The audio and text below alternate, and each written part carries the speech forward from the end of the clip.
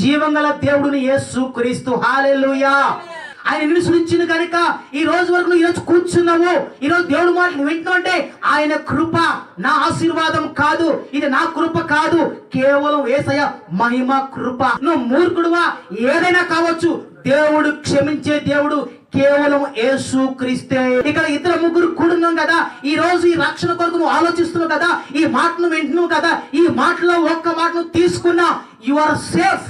నీలాంటి నాకు కావాలి, నీవే ఎందుకు నాకు కావాలి అంటే, ఎందుకంటే నువ్వు ఉన్న స్థితిలో కావచ్చు, నువ్వు తాగిన తాగుమతి విషయం, ప్రతి ఒక్క విషయంలో ఆ బాధ కానీ, ఆ సంతోషం కానీ, ఆ ఆనందం కానీ నువ్వు అనుభవించును కదా, ఆ అనుభవం నుంచి నేను బయటకు లాగుతా. అనుభవ వ్యక్తిని కావాలి, నువ్వు కుళ్ళు కొట్ట నీకు ఉన్నా కానీ అది ఎదురుడు చెప్పాలి, ఈ రోజు నా బ్రతుకు మారింది, నాలో కుళ్ళు ఉంది, నాలో కుట్ర ఉంది, నాలో పాపం ఉంది, కనుక ఈ పాపం దేవుడు తీసివేసిండు అని సాక్ష్యం చెప్పాలి. అందుకే నువ్వు నాకు కావాలి.